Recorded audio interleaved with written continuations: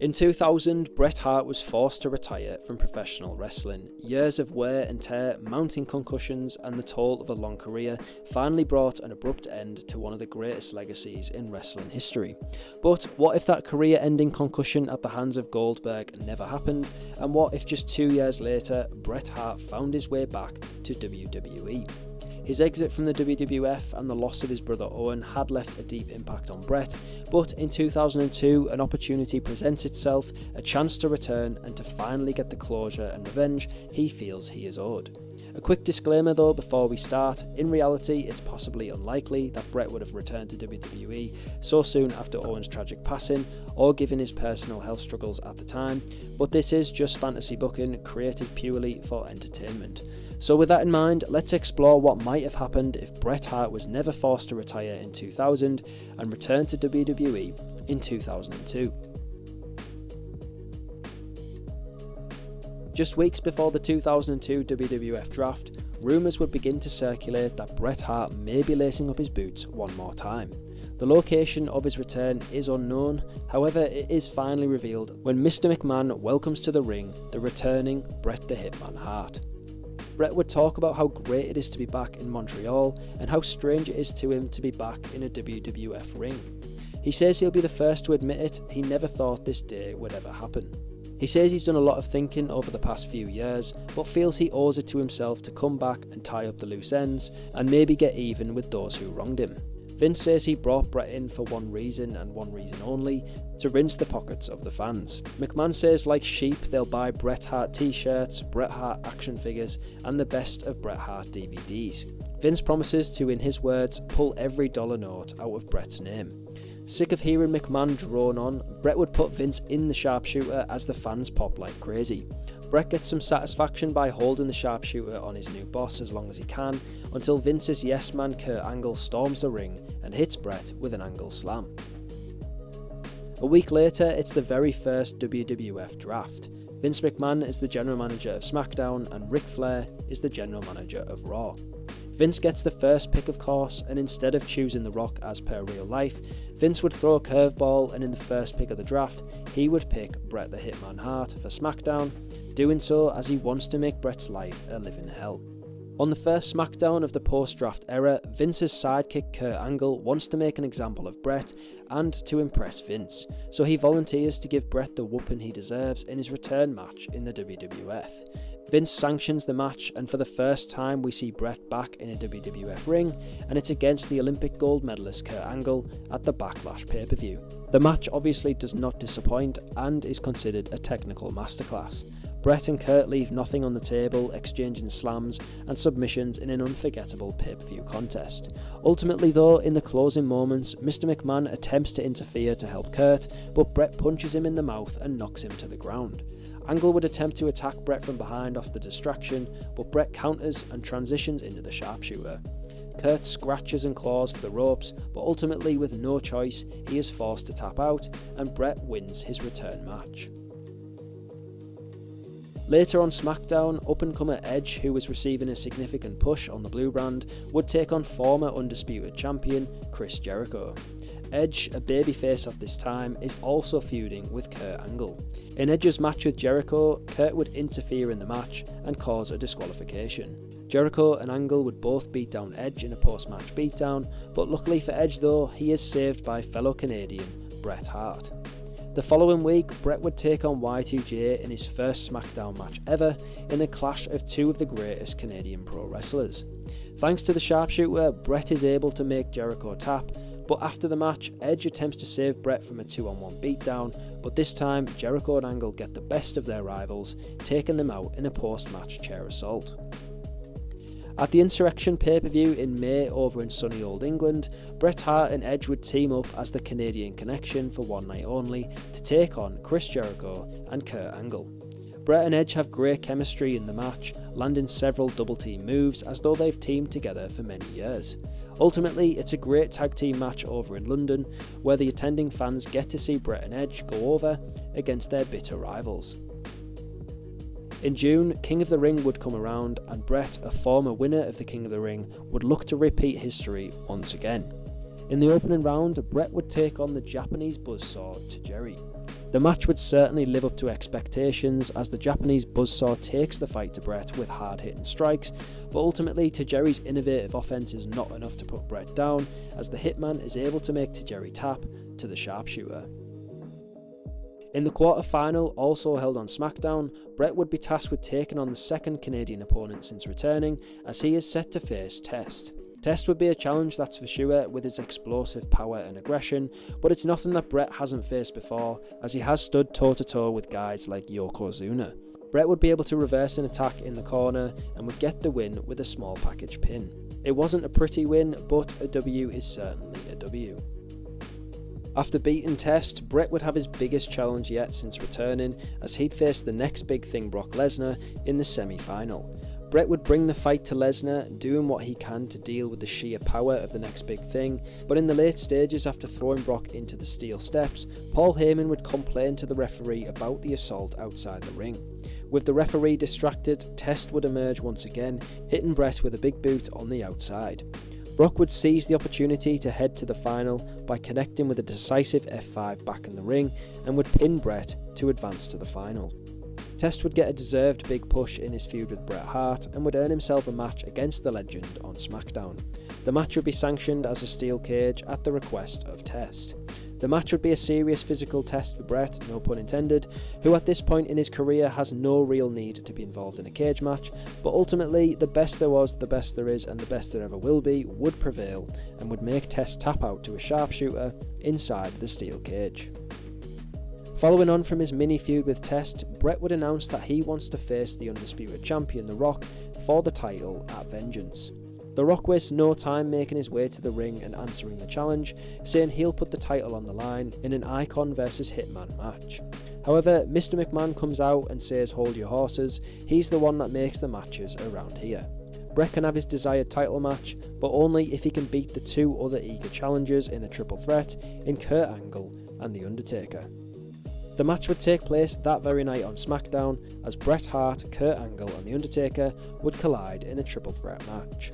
Ultimately, there's nothing stopping Bret from getting his hands on that title once again and would win the triple threat match on SmackDown to become the #1 contender.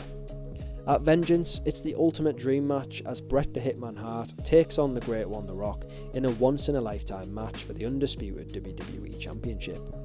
The match goes a solid 30 minutes over in Detroit, Michigan, as Bret and Rock give it everything they have to win.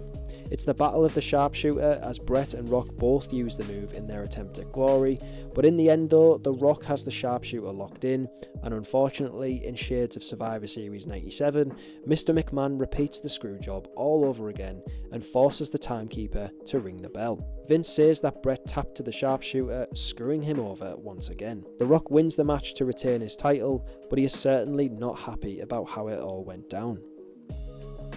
Bret understandably is absolutely furious that this has happened again and immediately makes it his mission to go after Vince in early August. Vince starts referring to the incident as the Detroit Screwjob and cracks a joke saying Bret Hart is collecting screwjobs like Pokemon cards. Fearing for his safety and with the goal of not being punched by Bret once again, Vince hires new SmackDown superstars traded from Raw, Chris Benoit and Eddie Guerrero, to protect him from an enraged Bret Hart. But the duo do more than just protect Vince, with Benoit actively going after Bret, getting the best of him in various beatdowns and post-match attacks. Bret takes the mic on SmackDown and says that he wants to fight Chris Benoit one-on-one, and if he is a fighting champion, then he will put the Intercontinental Championship on the line. Vince appears on the Titantron and says no to Bret's request. However, the new SmackDown general manager Stephanie McMahon heads out to the ring and undermines Vince, saying yes to Bret's request, but only if he can beat Eddie Guerrero in a #1 contenders match. It's another dream match in Bret's return to WWE as he takes on Eddie Guerrero on SmackDown. With an opportunity to challenge Benoit for the IC title, Bret has no intention on walking out as the loser, which he confirms by making Eddie tap and becoming the #1 contender. At SummerSlam, Bret Hart arrives looking to win his first championship back in WWE, and Benoit, the champion, arrives prepared to retain his title. The match, as expected, is a technical masterclass between the champion Benoit and the challenger Bret Hart, two guys who have faced each other in the past back in WCW, but for the first time in a WWE ring. The contest goes mostly uninterrupted, but only until the last few minutes when Guerrero and Mr. McMahon try to help Benoit retain. Their efforts are thwarted though by The Undertaker, who also has issues with McMahon. Ultimately, Bret would free himself from the crossface and would transition into a sharpshooter. Benoit would scratch and crawl to reach the ropes, but Bret would drag him back into the centre of the ring and would finally make the champion tap. Despite Vince's attempt to prevent it, Bret is able to defeat Chris Benoit and becomes the Intercontinental Champion once again in his career. After SummerSlam, Benoit and Guerrero's alliance crumbles as they both want the IC title. This leads to a triple threat match in September at the Unforgiven pay-per-view. Bret Hart, the Intercontinental Champion, defends his belt in an all-time triple threat match against frenemies Chris Benoit and Eddie Guerrero. In the match, we see Benoit and Guerrero fighting amongst each other whilst also trying to focus their attacks on the champion. Ultimately, Eddie and Chris's crumbling friendship would influence the trajectory of the match and would give Bret the necessary moments to recover, leading Bret to eventually retain the title after making Eddie tap to the sharpshooter. Whilst dealing with Mr. McMahon and his shenanigans, Bret would face a challenge from Raw's Rob Van Dam. RVD chases the Intercontinental Championship and gets his match at No Mercy in October. Raw and SmackDown would put on an interpromotional match between Bret Hart and Rob Van Dam for the IC title. Van Dam would give it everything he has in the match, connecting with his 5-star frog splash, and shockingly, after escaping the sharpshooter, Van Dam would be able to roll Bret up and would get the 3 count. RVD caught Bret off guard and has become the new Intercontinental Champion.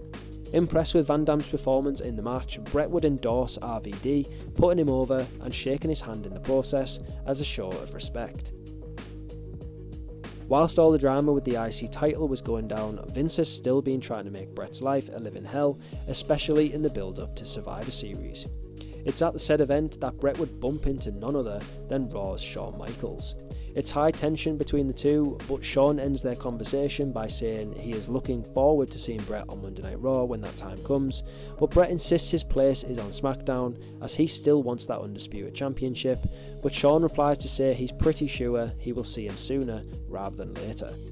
Bret and Vince have their much anticipated no-holds-barred match at Survivor Series as the fans are eager to see Bret finally lay a good beatdown on McMahon. Ultimately, the match goes fairly decisively as Bret beats the hell out of Vince for the majority of it and eventually decides to put Vince out of his misery and win the match. Bret has certainly won the battle, but not the war, at least not yet. McMahon and Hart would continue their feud until December, when the long storied issue between them finally reaches its conclusion inside a Hell in a Cell at Armageddon. That night, Shawn Michaels would lose his world title to Triple H, and he's very clearly not in the best of moods following the loss.